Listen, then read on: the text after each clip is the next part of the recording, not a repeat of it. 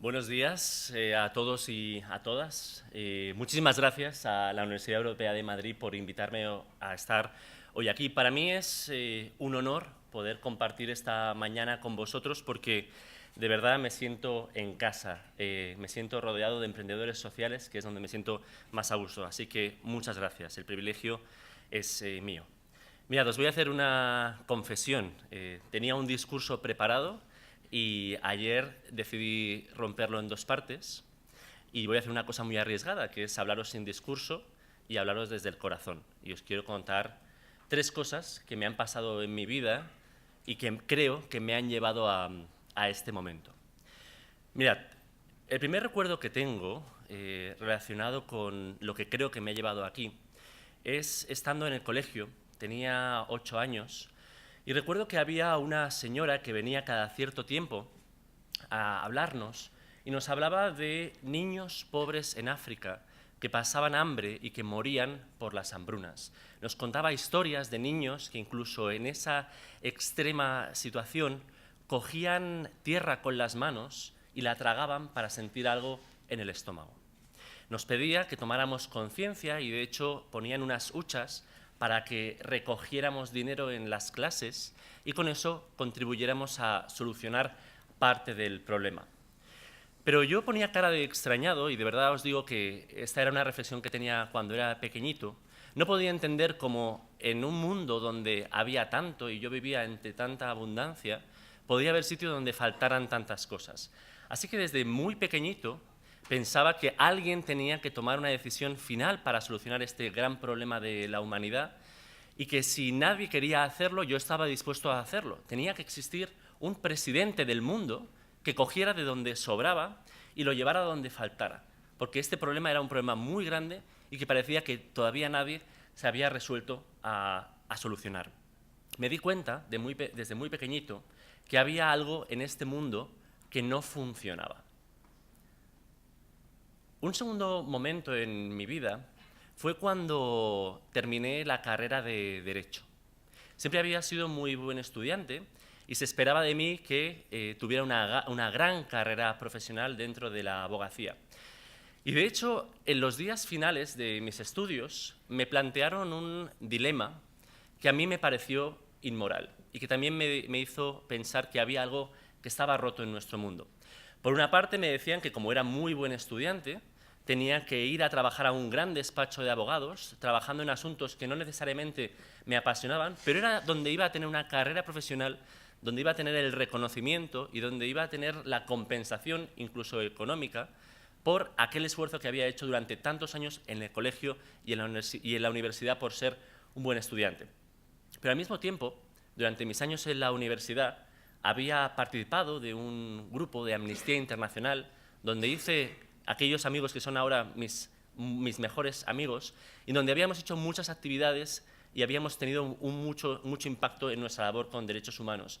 Y me decían que podía escoger, que me podía ir al mundo profesional y tener una carrera donde iba a ganar mucho dinero y tenía un futuro prometedor, o me podía ir a otro terreno donde no me garantizaba ni el reconocimiento ni que fuera a tener una buena compensación por las habilidades que yo podía aportar a ese sector. Y me di cuenta en ese momento de que había algo en este mundo que no estaba bien. Hubo un tercer momento cuando, años después de terminar la carrera, decidí no escoger ninguna de las dos cosas, decidí seguir estudiando. Estaba estudiando para convertirme en diplomático, poder incorporarme a Naciones Unidas y poder contribuir y tener un impacto social en el mundo. Y mientras estudiaba para la carrera diplomática, descubrí que España fabricaba bombas de racimo. Para aquellos que no las conocéis, las bombas de racimo son unas armas ilegales, según el derecho internacional humanitario, unas bombas gigantescas que se tiran desde el aire, que se abren y que dispersan miles de pequeñas bombas que, por una parte, no permiten distinguir entre objetivos civiles y militares, lo cual las hace ilegales, y por otra parte, estas pequeñas bombas, en una gran proporción, se quedan enterradas en el suelo, no explotan y provocan daños incluso décadas después de terminados los conflictos. Decidí iniciar una campaña a través de un blog de política internacional que tenía. La gente, al día siguiente, había puesto decenas de comentarios diciendo que se sumaba a esa campaña. Empezaron a llamarme de los medios de comunicación, aparecí en Radio Nacional, en los principales periódicos privados de nuestro país, y al cabo de 2 semanas ocurrió lo que era inimaginable. El Gobierno de España anunció que se comprometía a prohibir las bombas de racimo. Fue la primera vez en nuestro país en la que una campaña iniciada por un estudiante y con el apoyo de gente a través de Internet en el año 2007, cuando todavía no estaban extendidas las redes sociales, tenía un impacto como este. Eso me puso en el foco e hizo que mucha gente me pidiera que fuera a hablar de campañas como esta, a espacios como este, y contara esa campaña de las bombas de racimo. Y cuando contaba lo que habíamos conseguido, yo siempre decía que esto lo había hecho porque tenía unas cuantas herramientas sobre cómo organizar estas campañas, pero sobre todo que cualquier persona que me estaba escuchando en ese momento podría haber sido la que hubiera hecho esa campaña y haber ganado. Pero la gente, en esas conferencias, cuando me hacía preguntas, me dejaba muy claro que seguían pensando que eso que había ocurrido era algo único, algo inusual y que no se iba a volver a repetir. Y me hizo darme cuenta de que había algo que estaba mal en el mundo, porque las personas creían que no tenían la capacidad para cambiar las cosas que les parecía mal. Y estos 3 momentos de mi vida me han hecho darme cuenta de que, para empezar, hay un qué, que son esas grandes causas que todavía están por resolver en el mundo, como el hambre, la pobreza, la lucha contra el medio ambiente, contra el odio, la homofobia, el racismo, que están todavía pendientes de resolver y no nos lo podemos permitir. Una segunda es el cómo. A mí me dieron solamente 2 opciones, ámbito absolutamente profesional o ámbito del tercer sector, y me daba cuenta de que había otras posibilidades. No sabía cuál era todavía en ese momento, pero pensaba que no podía el mundo reducirse a 2 cosas solamente, y que no me podían obligar a escoger entre esas 2 cosas. Y la tercera es el quién. Podríamos pensar que debería ser un presidente del mundo quien tiene que resolver los grandes problemas de la humanidad, pero la realidad es que somos nosotros, sois vosotros, son las personas que están ahí fuera los que tenemos la obligación de dar un paso adelante. Ahí es cuando me doy cuenta de que hay quien ya se había dado cuenta de que para resolver los grandes problemas había que hacerlo de una manera diferente y que lo tenían que hacer personas diferentes. Y ahí es cuando descubrí el emprendimiento social. Y para mí fue una revelación. En el año 2010, como han podido contar, lancé una plataforma precisamente para intentar solventar esos 3 problemas.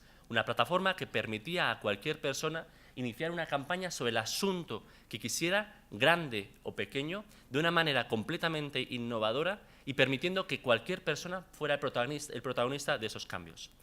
Esa plataforma creció de manera inusitada y pasamos de 0 a 2,5 millones de usuarios en tan solo 18 meses.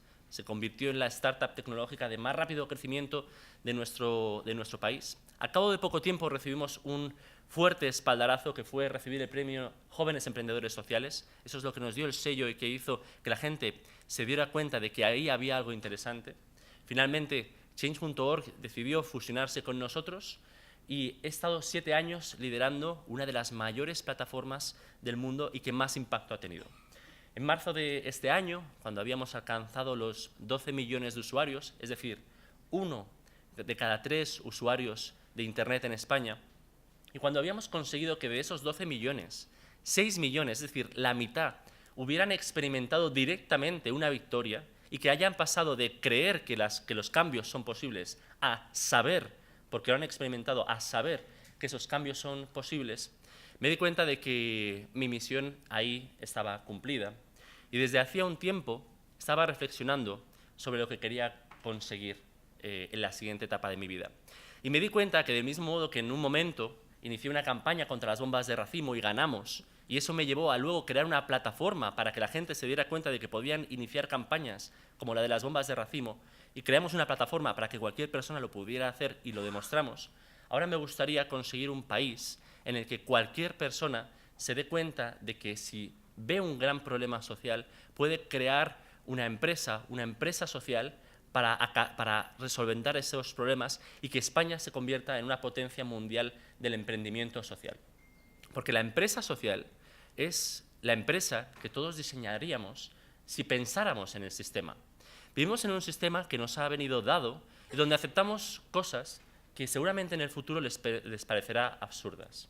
Yo creo que en el futuro la gente mirará al pasado y se cuestionará cómo era posible que creáramos empresas que solamente se enfocaran en ganar dinero y que no pensaran en dar un proyecto de vida a las personas, que no pensaran en solucionar los problemas sociales de nuestro entorno, que no pensaran en proteger nuestro medio ambiente.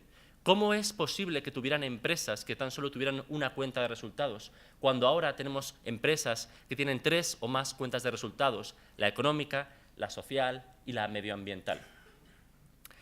Termino ya. Para mí, como os decía al principio, siempre había pensado que quería ser presidente del mundo para terminar con los grandes problemas de la humanidad, y ahora ya no quiero ser presidente del mundo. Ahora, aunque haya decidido dar un paso en política, quiero y voy a seguir siendo emprendedor social, porque los emprendedores sociales somos las personas que hemos decidido dar un paso adelante para terminar con las injusticias en este mundo. Los emprendedores sociales somos los emprendedores de la justicia y estoy muy orgulloso de sentirme uno entre vosotros. Muchas gracias.